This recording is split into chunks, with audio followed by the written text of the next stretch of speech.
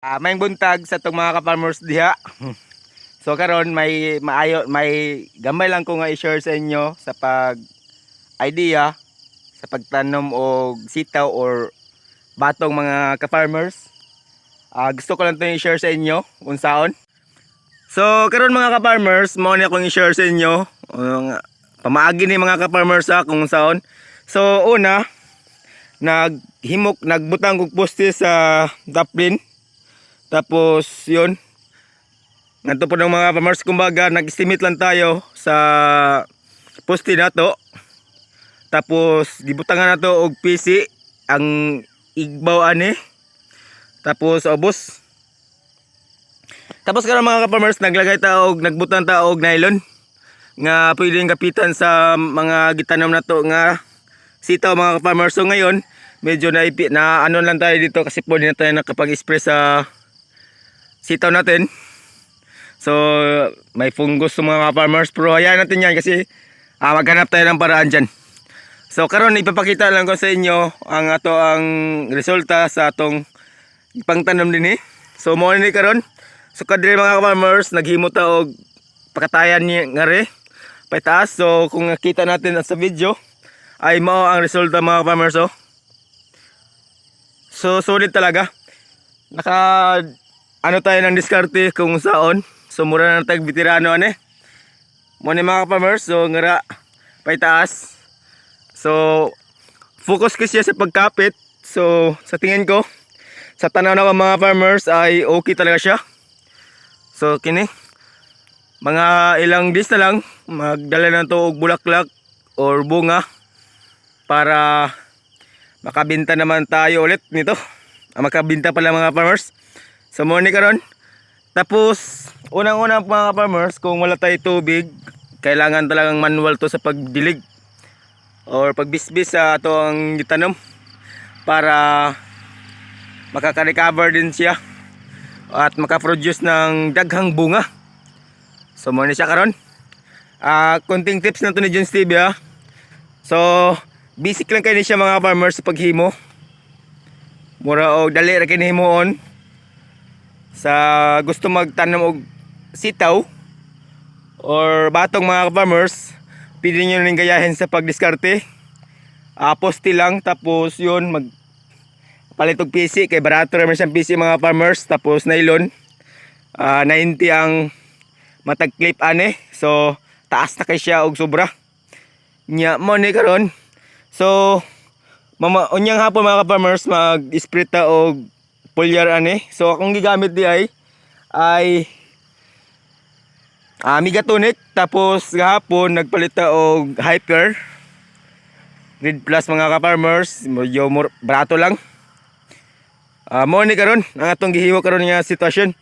So daghan kini siya og pamaagi sa pag himo pero kini nga ako mga farmers ay base lang sa akong nakita sa social media.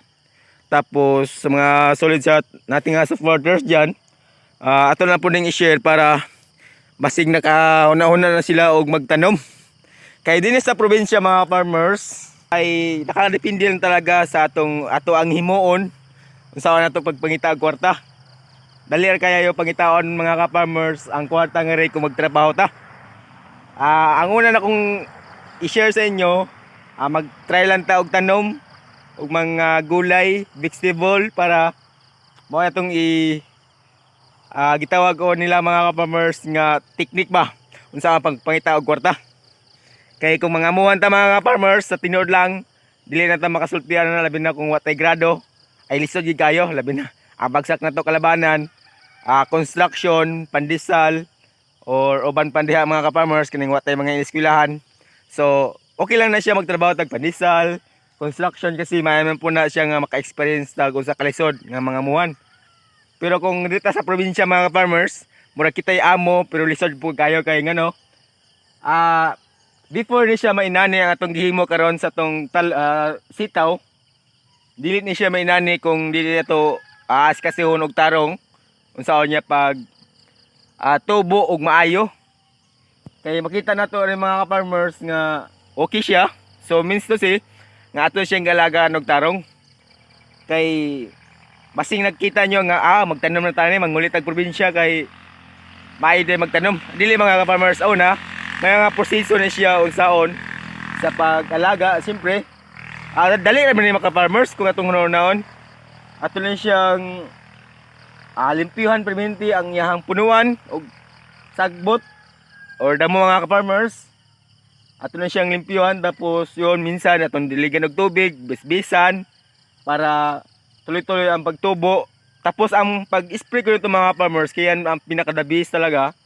So, ang gamit na to talaga ay Megatonic or Gold. Yun po ang partner natin, mixed ko yan. Tag 40 ml lang talaga ang ano ko. Sukat ko sa timpla mga farmers. Tapos yung Hyper Plus, Hyper Red Plus mga farmers, nagpalit taghapon. So, naabot na sa gikan sa Shopee mga farmers. So yun po ang alternate natin. So base sa mga nakita ko mga farmers, wala lang dire. So pag ganito mga vegetable ay 15 days before tayo mag-spray ulit. So naka-advantage yun. Nakakatipid tayo yun kasi siyempre tatagal siya ng 15 days before tayo mag-spray ulit ng mga farmers. Iba yung Megatonic mga farmers kasi every harvest, yun po ang gamit ko. Every harvest, nag-spray ako ng Megatonic. So, yun. Active talaga yun. So, wag na natin patagalin ang video. Maon lang sa netong i-share sa inyo kay naghamat na og i-update nyo karon kay mura og busy lang si Jones TV sa pag-asikaso ani. So, karon lang ko naka-update sa inyo. So, I hope na naani siya makatabang ni sa tong mga kaigsuonan or mga ka-farmers na nagbabalak nga mag-garden. Kay ako mga farmers bisan kong inani ko baguhan ang gigug ko. Ako lang siya nang gistudihan sa social media sa mga expert nato nga kaigsonan nga ka-farmers. So dako kani siya og tabang sa tuwa ba nga makahimo tag sama ni kay ako mga farmers sa tutingon lang wa koy kaalam sa paghimo ani pero ako lang ni siyang gisuwayan tapos ako lang pong gi-share sa inyo. So mo na si Jones TV karon nga weather lang.